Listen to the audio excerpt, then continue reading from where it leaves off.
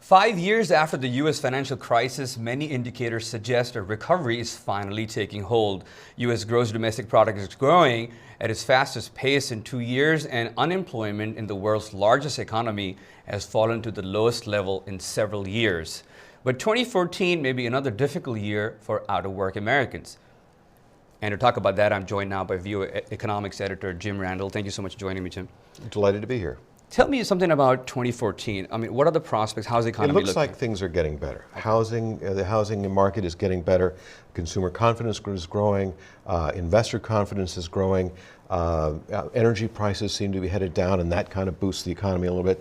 The only kind of thing that could slow things down is that interest rates are probably headed up, and that's going to slow things down. But on balance, we'll probably grow 2-3% rate for most of the year. At least that's what the people who figure these things out say. Okay, so it is a rosier picture, but the fact is that millions of Americans are, of course, out of work. How does that translate into reality? Well, the unemployment rate is dropping. It's down from more than 10% down to 7%. That's an improvement, but 7% is above historic averages. It's above what we're used to. And you're right, millions of people are out of work.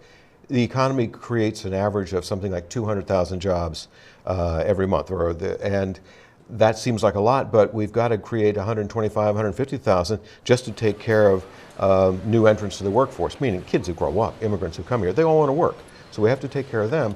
And so we're not getting back the millions of jobs that we lost during the worst recession in decades.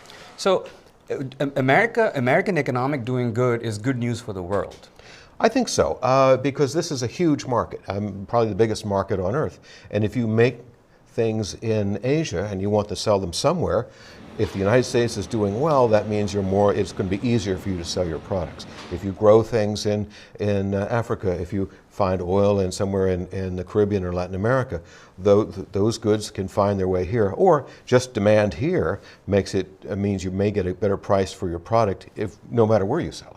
As a layman, Jim, when I think about it, I mean, what if the Congress can plan for huge projects like building highways and fixing roads and infrastructure? Wouldn't that create jobs? It certainly would. It would also add to the deficit.